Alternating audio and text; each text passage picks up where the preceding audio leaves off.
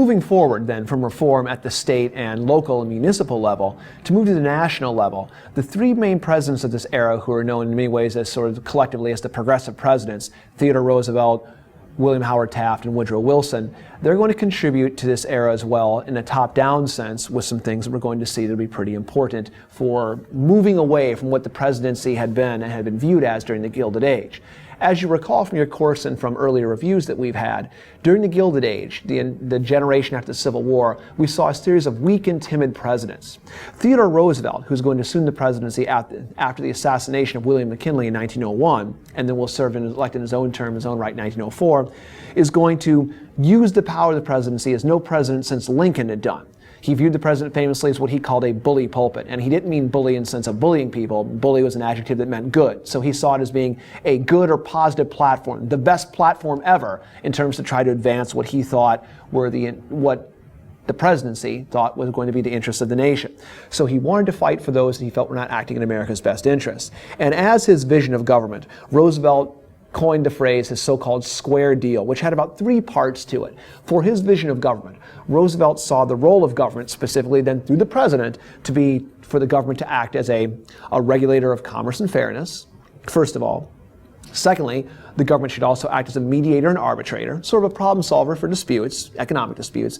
And third of all, the government should act in the role or capacity as a product safety and consumer watchdog.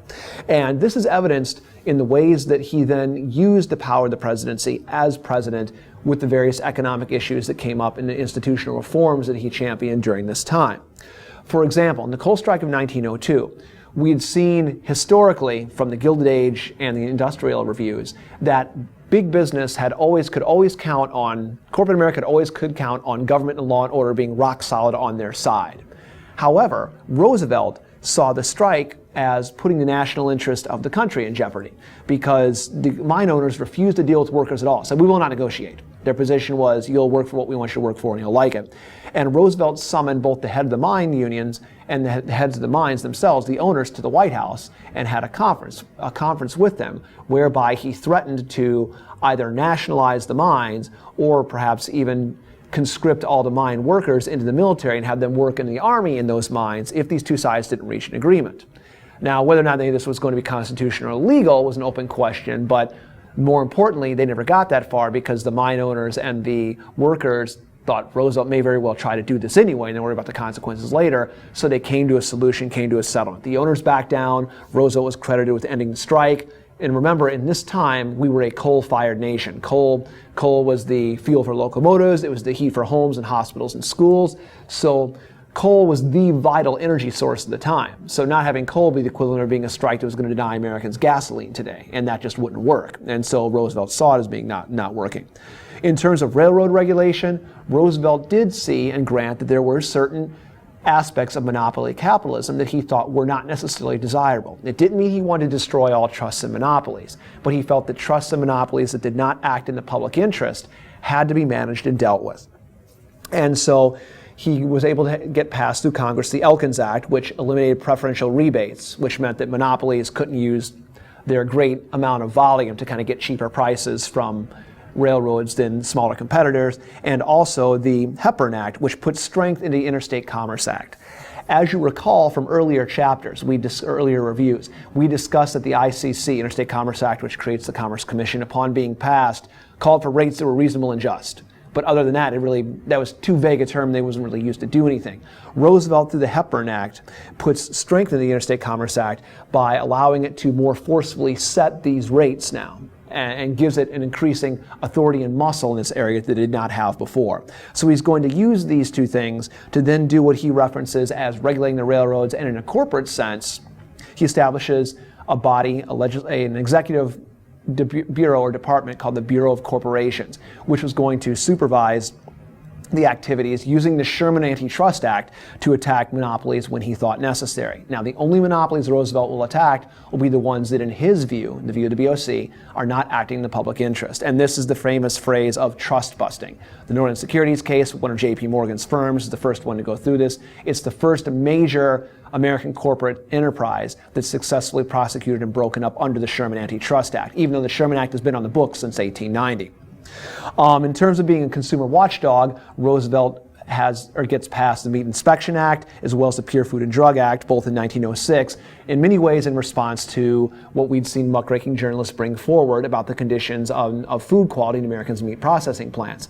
Roosevelt famously said that after reading The Jungle, he couldn't look at his breakfast sausage on his plate the same way again.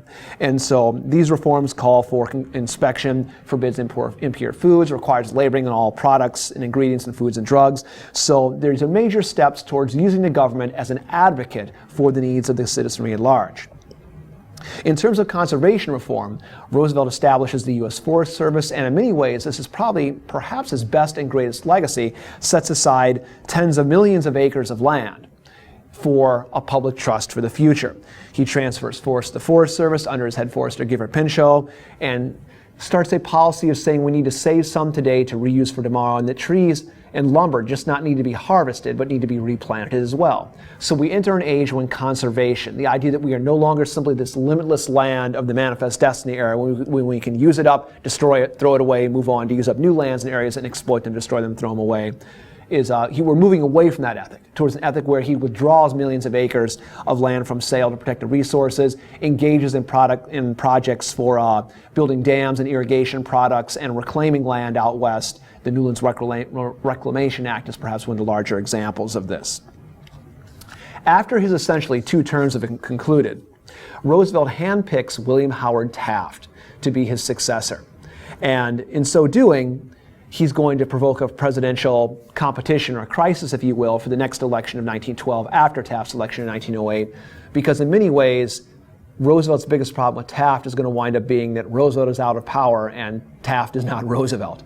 Taft was a brilliant legal mind. He's the only president ever to be both Chief Justice of the Supreme Court and President of the United States. Only guy ever to hold the top job in 2 branches of government at different times.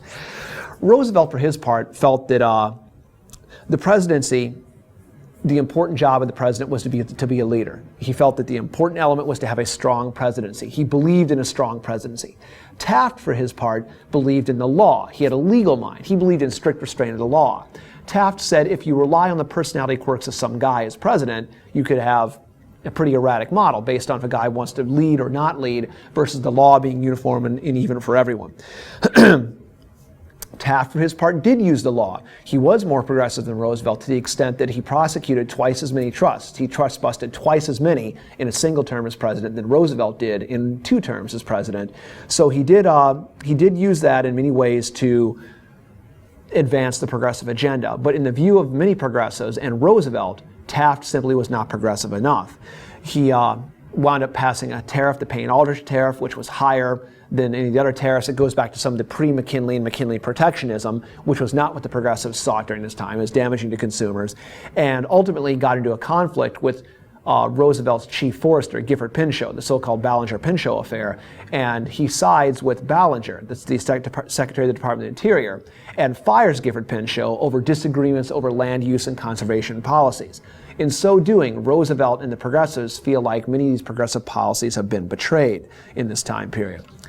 In 1912, then, an election year, Taft and the old guard Republicans, the conservatives, don't want to see Roosevelt return to power. And as such, the convention is stacked against Roosevelt. Roosevelt and his followers bolt the convention and form a third party, the so-called Bull Moose or Progressive Party.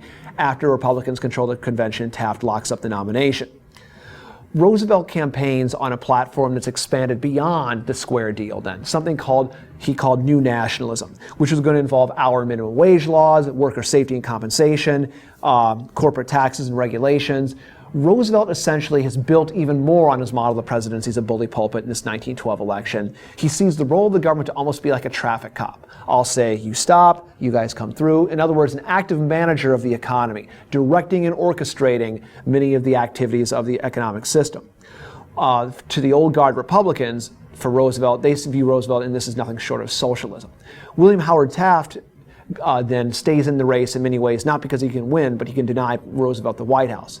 Woodrow Wilson, the governor of New Jersey, former president of Princeton University, is nominated by the Democrats, and he calls for a different plan of reform called the New Freedom. Instead of seeing government as a traffic cop, Wilson sees government more as the role of the government to be a referee. I'm not going to direct traffic, but I'm going to rule things as an umpire or referee as being fair or foul. So in other words, the activities of the economy will go on, and the government will sit around those activities, observing them, but not actively orchestrating and directing, only stopping wrongs when wrongs have been committed. So in other words, he called for low tariffs, he was against Payne-Aldrich, he called for the breaking up of all monopolies. Monopolies he saw as being unfair. Remember, Roosevelt saw good trusts and bad trusts. Wilson sees all monopolies as crushing small business, crushing the middleman, inherently undemocratic and evil in many ways.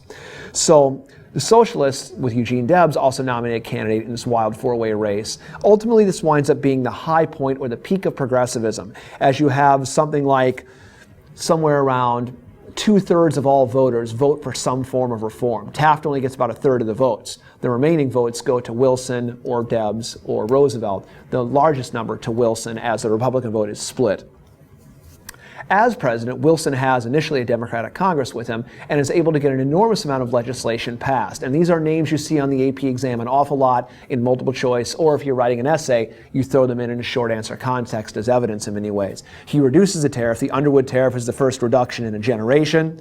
Federal Reserve Act, he sets up a central banking system to try to mitigate some of the economic excesses of the cyclical economy or business cycle. For the first time since the 1830s with Andrew Jackson, there's a central bank for the United States, which acts as a banker's bank and prevents runs on these banks. It can help support and prop up banks with funding when necessary.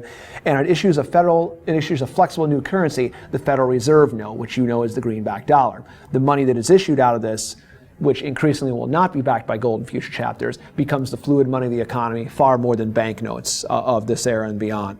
The Clayton Antitrust Act of 1914, remember, Wilson sees all monopolies as evil, so he sets up through this something called the Federal Trade Commission, which still exists today, to break up monopolies, or at least to stop unfair business practices. It was empowered to issue what were called cease and desist orders, stopping businesses from doing actions that the government as an umpire determined to be fair, or in this instance, to be foul.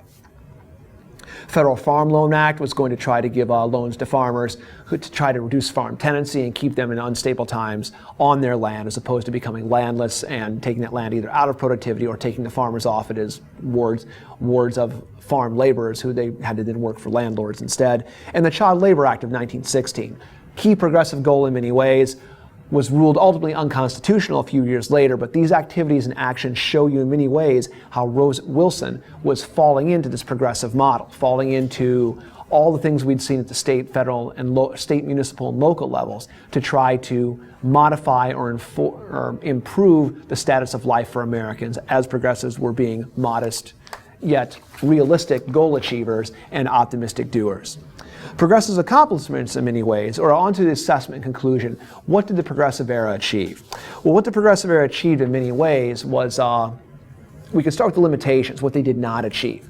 All these reforms, which came out of many things that we'd seen in this long-standing cycle of earlier American reform, as Americans became successful at the dawn of the 20th century economically, moving away from the Depression of 1893, this success weakened the zeal and enthusiasm of these reformers. In many ways, when the times get good, that's when we see this idea of let's change the world go away, because there's less incentive to change the world. When things are bad, people want to change the world. When things are going good, this move towards self-comfort and status quo begins to creep in. Many of the goals of the progressive era, as we said, it was widely tangential. There was no unified movement. This winds up being sort of a limitation. It's not orchestrated or coordinated in many ways.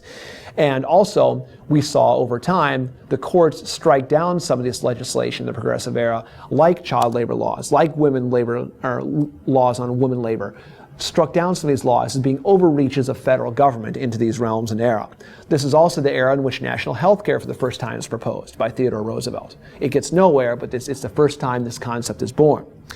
And of course, the big thing that stops it in many ways is the outbreak of World War I. World War I is going to stop these reforming movements in many ways, like the Civil War stops all the reforms of the Second Great Awakening. And in many ways, like World War II, will stop the attempted reforms in the New Deal. There's some real linkage there.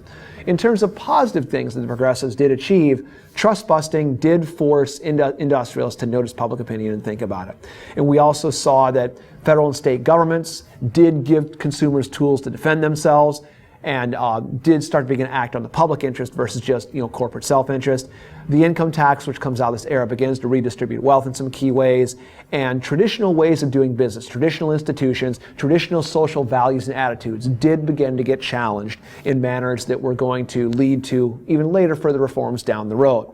Remember, we said previous reforms had set the foundation for progressivism. Progressivism is going to set the foundation for another set of reforms when the cycle swings back after World War I, after the Roaring '20s, after the Great Depression, when the cycle swings back towards the governmental role of involvement. And we'll talk about that in some future lectures to come.